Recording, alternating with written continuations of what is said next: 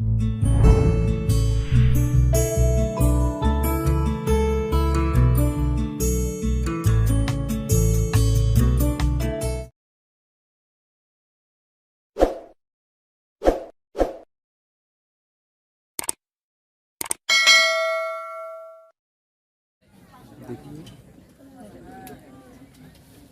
तो मैंने आप लोगों को हर एक चैप्टर को पढ़ा दिया है, लिखा भी दिया गया है।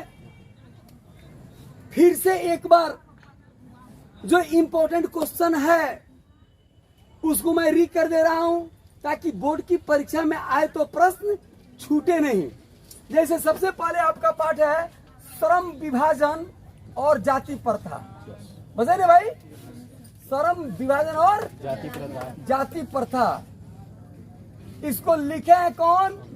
डॉक्टर भीमराव अंबेडकर जी, जिनका जन्म 14 अप्रैल 1891 महू मध्य प्रदेश में हुआ था। कहाँ इनका जन्म हुआ था? यदि इनका जन्म पूछता है कहाँ हुआ था, कहाँ हुआ था? महू मध्य प्रदेश। कब हुआ था? 14 अप्रैल 1891। और यह जो पाठ लिया गया है यह कहाँ से लिया गया है? एनहिलिशन ऑफ कास्ट। कहाँ से लिया गया है? एनहिलिशन ऑफ कास्ट। और यह क्या है? एक भाषण है। क्या है यह? भाषण है। एनहिलिशन ऑफ कास्ट यह भाषण है। और इसका हिंदी रूपांतरण किसने किया है? ललाई सिंह यादव ने। किसने किया है? यह भी पूछता है कि मैंने यह पूछ देगा कि श्रम विभाजन और जाति प्रथा कहाँ से लिया गया है? तो कहाँ से लिया गया है? एनहिलिशन ऑफ कास्ट से। और इसका हिंदी रूपांतरण किसने किया है? ललाई सिंह यादव ने। इनका जन्म कब हुआ था? 14 अप्रैल 1891 महू मध्य प्रदेश में एक दलित परिवार में हुआ था। और संविधान सभा के ड्राफ्टिंग कमेटी के चेयरमैन भी रहे। बस नहीं।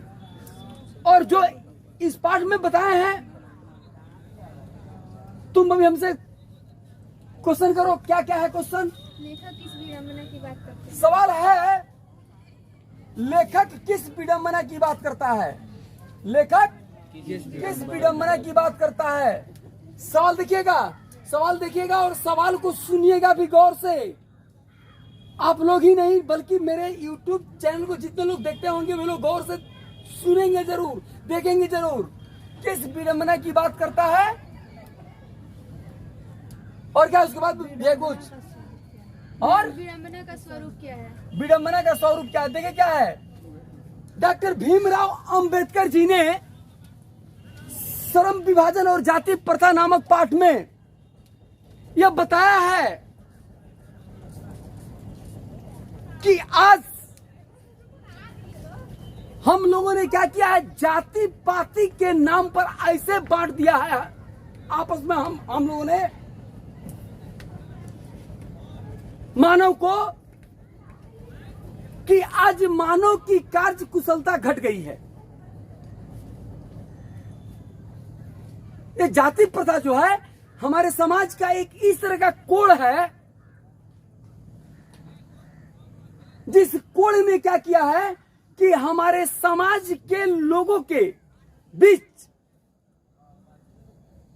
इस कोड ने क्या किया है? हमारे समाज के लोगों के बीच में एक ऐसी खाई पैदा कर दिया है कि हमारी जो नई पीढ़ी के जो है वर्ग के लोग, वे लोग अपनी कौशल का परिचय दे नहीं पाते हैं और वे टालू प्रवृत्ति के बन जाते हैं। इसमें यह सबसे बड़ी विडंबना यह है कि जो जिस जाति से बिलोंग करता है, जैसे कोई लोहार का लड़का है तो वह लोहा का काम करेगा तो करेगा, भले ही उसका उसमें मन लगता हो या नहीं लगता हो। धोबी है वह कपड़ा साफ करने का ही काम करेगा।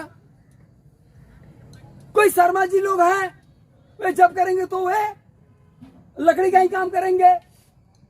कोई हाजाम है वो बाल काटने का काम करेगा।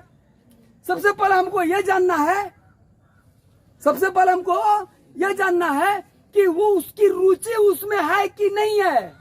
हमारे समाज की सबसे बड़ी विडंबना यह है कि लोग क्या करता है कि जो जिस जाति का है उसमें ढकेल देता है कि नहीं, यदि वो लोहार का लड़का है तो लोहा का काम करेगा, जिस जाति का है वह उस काम को करेगा। नतीजा यह होता है उसका कि वह टालू प्रवृत्ति का बन जाता है और उसके कार्य कौशल में निखार नहीं आता है, उसके कार्य कौशल में निखार नहीं आता है, बल्कि वह टालू प्रवृत्ति का बन जाता है। इसलिए डॉक्टर भीमराव अंबेडकर जी ने यह राय दी है कि जो व्यक्ति जिस क्षेत्र में जाना चाहता है, उसकी रुचि जिस क्षेत्र में है, उसको उस क्षेत्र में जाने की आजादी होनी चाहिए, न कि उसके जाति पाति के बंधन में बांधना चाहिए और उसके जाति के मुताबिक उसे उसके काम में लगाना चाहिए।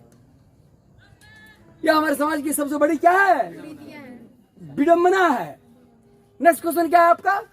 जातिवाद के पोषक उसके पक्ष में क्या तर्क देते हैं? जातिवाद के पोषक लोग, जातिवाद के पोषक लोग उसके पक्ष में क्या तर्क देते हैं? जातिवाद के पोषक लोग उसके पक्ष में तर्क यह देते हैं कि जो जिस जाति का है वह यदि उसी काम को करे तो उसमें निखार आएगा, उसकी कार्य कुशलता बढ़ जाएगी, वो बेहतर करेगा। जातिवाद के पोषक लोग इस तर्क को देते हैं जो सर्वथा गलत है। मैं पढ़ाता हूं, किसी जाति मैंने जाति विशेष की बात को छोड़ दीजिए, मैं पढ़ाता हूं, अगर हमको इसमें शौक है और हमको आज कोई कह दे कि आप चल करके सर लोहा पीटिए ना, तो मुझसे लोहा पीटना संभव है? नहीं संभव है ना, नहीं संभव है। लेकिन जाति पाति की बात जहां पर आएगी, यदि मैं लोहार जाति से बिलोंग करता हूं तो मुझे लोहा पीटने के लिए ये जाति पाति वाले, जाति पाति के पोषक लोग जो हैं, जो जाति प्रथा के पोषक लोग हैं, वे उसके लिए क्या करते हैं, वो प्रेरित करते हैं, उसको उकसाते हैं, भले ही उसके उस काम में निखार आए या नहीं आए, उसकी कार्य क्षमता भले घट जाए, वह टालू प्रवृत्ति का बन जाए, लेकिन जातिवाद के पोषक लोग यही तर्क देते हैं कि जो जिस जाति का है वह उसी काम को करेगा। आपका जवाब है यही इसका। फिर सवाल क्या है आपका? जातिवाद के पक्ष में दिए गए तर्कों पर लेखक की प्रमुख आपत्तियों क्या है? लेखक की प्रमुख आपत्ति क्या है? लेखक भीमराव अंबेडकर जी, जिसने इस चैप्टर को लिखा, इस भाषण को लिखा, उनकी सबसे बड़ी आपत्ति तो यही है कि किसी भी व्यक्ति को जाति पाति के बंधन में मत बांधिए और बात करके उसको उससे संबंधित काम में ही मत लगाइए, बल्कि उसकी आजादी पर आप छोड़ दीजिए कि वह किस काम को करना चाहता है। वो यदि हजाम का लड़का है और यदि वो लोहा का काम करना चाहता है तो उसको लोहा के काम में लगाइए, पढ़ना चाहता है तो उसके पढ़ने में लगाइए, जिस काम को वो करना चाहता है उस काम में लगाइए। लेकिन हमारे समाज के उस जाति प्रथा के पोषक तत्व जो हैं, पोषक लोग जो हैं, वे लोग क्या करते हैं, उसको उसकी जाति के नाम पर उसको उस काम में लगा देते हैं, भले ही उसके काम में क्या होती है, उसकी कार्य क्षमता घट जाती है, उसके काम में निखार नहीं आता है।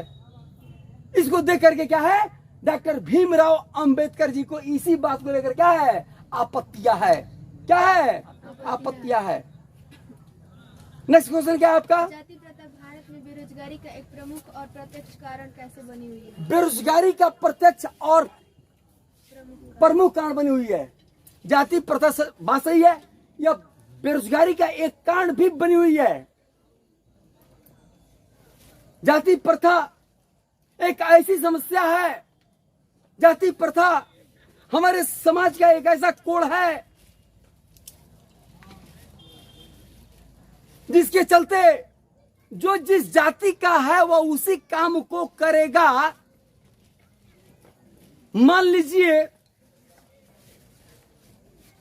कि अगर उसका काम कुछ महीनों के लिए ही सीमित है, बाकी के दिनों में वो क्या रहेगा? बेकार नहीं रहेगा, बेकार रहेगा। उसको बेरोजगारी का सामना करना पड़ेगा कि नहीं? नहीं करना पड़ेगा। तो ये